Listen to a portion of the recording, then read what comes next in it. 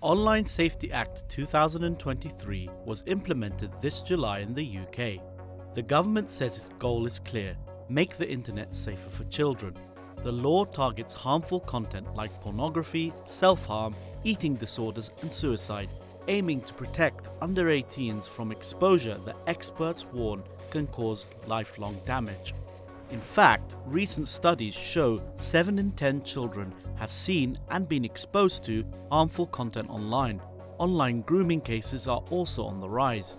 To tackle this, the law requires websites such as social media, music platforms, and search engines to verify users' ages. That means British users must now pass checks like face scans or passport uploads, usually handled by third-party services. But this raises important concerns. Privacy advocates and journalists highlight potential risks around the handling of sensitive data by third parties, noting concerns about hacking, surveillance, and the protection of vulnerable groups such as whistleblowers and investigative reporters. Under the Online Safety Act, platforms that fail to comply may face fines of up to 10% of their global revenue or risks being blocked in the UK. The UK's new Online Safety Act has sparked widespread discussion.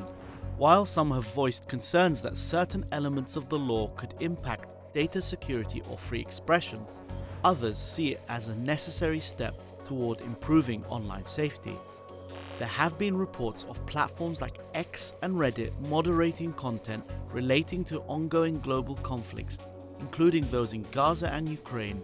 Observers are watching closely to see how these actions might influence public access to important and complex information. Voices across the political spectrum, from right-leaning figures such as Nigel Farage and US Vice President Vance to left-leaning commentators like Owen Jones, have raised questions about the law's potential effects on dissent and diversity of viewpoints. Some tech leaders approach the law with caution. Elon Musk, for example, has expressed concerns that it might discourage investment and innovation in the UK. A delegation of US lawmakers recently visited the UK to discuss the Online Safety Act, encouraging British officials to consider how the legislation might affect online expression and innovation. At the same time, public reaction has been significant.